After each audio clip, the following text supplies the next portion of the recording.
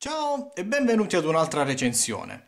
Oggi daremo un'occhiata all'action figure della Diamond Select della linea Marvel Select e in particolare daremo un'occhiata a Cyclops.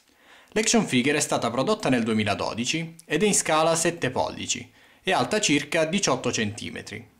Vediamo il packaging, abbiamo questo blister enorme, davvero sproporzionato, sicuramente indicato per le tante action figures extra large presenti in questa linea, ma decisamente esagerato per action figures dalle proporzioni più umane come Cyclops.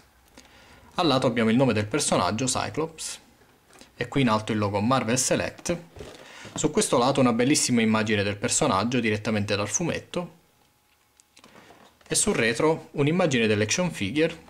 Questa parte da leggere che come sempre vi metto a fuoco. E qui in basso alcune delle altre action figures presenti nella linea Marvel Select, e cioè Deadpool e Magneto. Come possiamo vedere qui, Cyclops è disponibile anche nella variante X-Factor.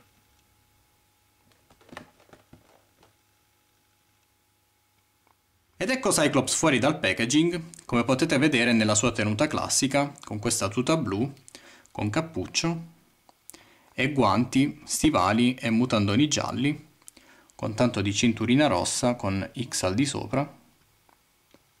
Ovviamente lo sculpt non è particolarmente intricato, però è comunque ben realizzato, guardate tutti i muscoli, molto ben scolpiti.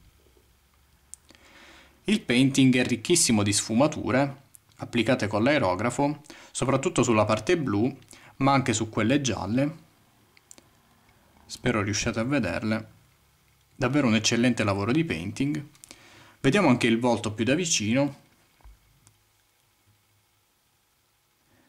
Il visore ha questo color bronzo, scuro, un po' metallico, molto bello devo dire.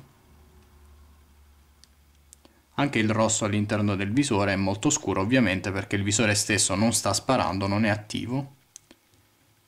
Devo dire che mi ha sempre affascinato il potere di Cyclops, trovo a dir poco geniale l'idea di mutare una caratteristica degli occhi che già di per sé è affascinante se ci pensiamo, cioè la capacità di captare e riflettere i raggi luminosi, che poi è il meccanismo che ci consente di vedere sostanzialmente. Quindi questa cosa, questo aspetto degli occhi che già di per sé è affascinante, mutato in Cyclops, diventa il potere di emettere raggi ottici distruttivi dagli occhi. Una cosa a dir poco geniale, oltre che fighissima, ed è per questo che Cyclops è sicuramente uno dei miei X-Men preferiti, probabilmente il mio preferito in assoluto.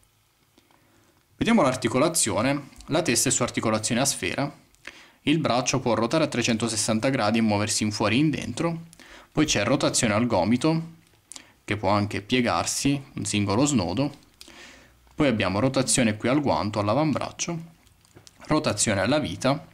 La gamba può andare in avanti ma solo ruotando purtroppo e indietro, sempre ruotando, in fuori e in dentro, singolo snodo al ginocchio, rotazione allo stivale e articolazione alla caviglia dove il piede può andare in su e in giù. Quindi un'articolazione non esaltante, non particolarmente complessa, ma tutto sommato in linea con le Marvel Select. Ci sono alcune action figures che hanno qualche punto di articolazione in più, e altre che ne hanno qualcuno in meno. Questa sicuramente fa parte del secondo gruppo. E c'è una cosa che devo farvi notare riguardo l'articolazione, e cioè che il range di movimento del gomito non permette il raggiungimento della classica posa di attivazione del visore, nonostante la mano destra sia scolpita proprio per questo, abbia le due dita, vedete, scolpite in modo da attivare il visore. Purtroppo il range di movimento del gomito non è sufficiente. Avrebbero dovuto fare lo sforzo di inserire doppi snodi ai gomiti e allora sarebbe stato possibile. Questo ovviamente è un lato negativo dell'action figure perché è impossibile non pensare a Cyclops in questa classicissima posa. Per quanto riguarda invece gli accessori, abbiamo la testa di Scott Summers, quindi senza cappuccio, senza visore, con gli occhiali rossi, anche questa molto ben scolpita.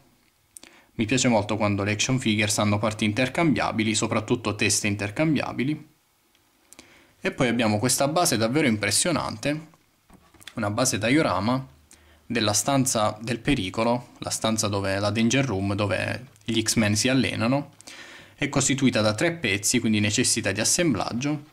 Vedete, ha tutti questi pannelli di 3 colori diversi, nero, celeste un po' metallico e questo grigio un po' celestino, sempre un po' metallizzato. Davvero molto bella la base, oltre che enorme, vedete, va ben oltre l'altezza del personaggio. Davvero molto bella, devo dire.